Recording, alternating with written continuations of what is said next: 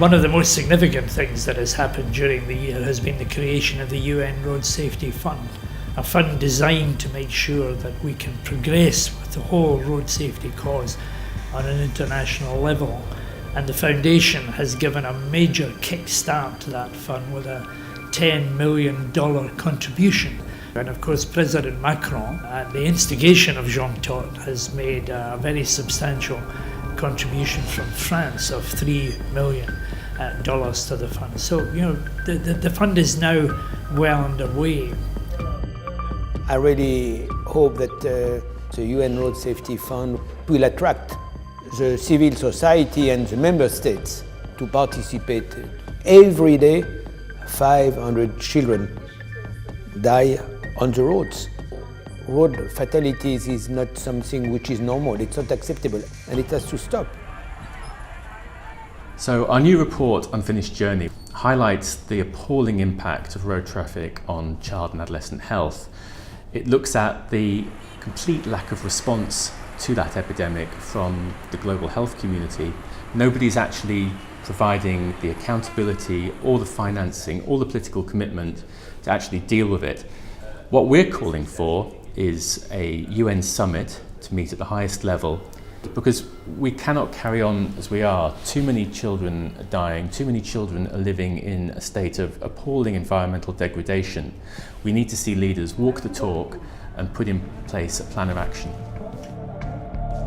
I'm here in Geneva attending the World Health Assembly and in support of the Child Health Initiative report, Unfinished Journey, which is a call for a UN special summit on child and adolescent health.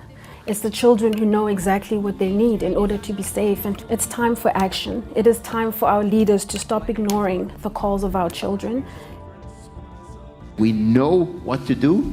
We know how to prevent pollution, road traffic injuries, and build safe environments. We can prevent the unfinished journeys, and we can show in conventional terms to finance ministers and world banks and the like the return on investment. I would like to call upon the leaders to support the Child Health Initiative, to promote and also to put more emphasis on child health and child safety. The Foundation is moving into air quality, the protection of children especially, and especially the protection of children on the way to school. We're here in New Delhi today to welcome the Mayor of London, Sadiq Khan, as he visits the project we've been supporting, which is exchanging understanding between students in schools across the world about the impact of air pollution, giving children a voice in the air pollution debate.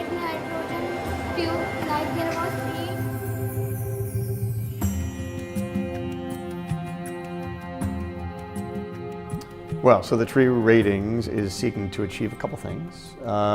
We are trying to make sure that the steady drumbeat of information about real-world emissions from vehicles continues to be present in the minds of the public, in the minds of policymakers, in the minds of cities. FIA Foundation's True initiative has been invaluable to our work in London. We've been working very closely to understand the potential benefits of remote sensing data, and also helping us to understand what policy interventions are needed and how to design policies, both for London, but also how other cities might also replicate and take that approach up to. The report that we have undertaken showed that upwards of 60–70% of women experience harassment on a regular basis and feel very, very upset by it and concerned by it, and more importantly, feel very sure that no one is listening or changing. So, FIA Foundation is sponsoring this work to expose the issue, and we will go on to sponsor further work to address the issue too. Key players such as the UN and FIA Foundation and other such global players who have the ability to actually influence global agendas, who have the ability to generate evidence, because wherever you go to governments to say this is a problem, they want the evidence. So one of the biggest things we have to do is to generate that evidence, and that evidence has to be robust. Well, the FIA Foundation has been pleased to work with ODI and the World Resources Institute on this report. I think what this report does very clearly is it shows that you need to focus on pedestrians, on the most vulnerable road users, often the ones which have least voice.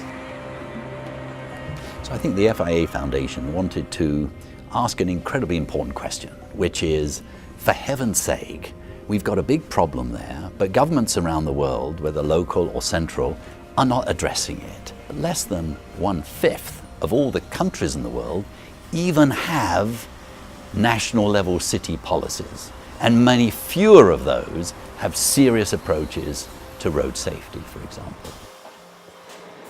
Something important learned during the preparation of the study is that it was not just documenting something, it was really understanding the dynamics of the decision-making processes.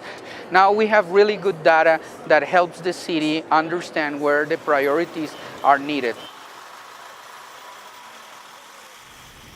This has been a good year for the FIA Foundation. These are very substantial achievements by this very small but important foundation.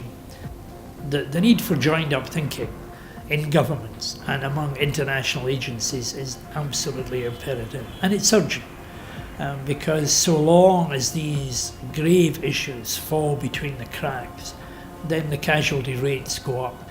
So the work of the foundation, and indeed of the FIA and the FIA clubs, has got to be to get the decision makers to focus on this, to focus on the importance of this, to think about the health of children on our roads today.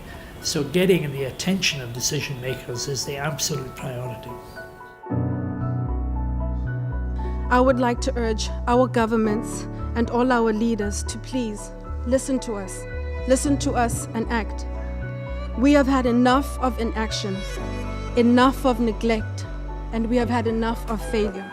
We say enough of environments that are unsafe and air that is toxic.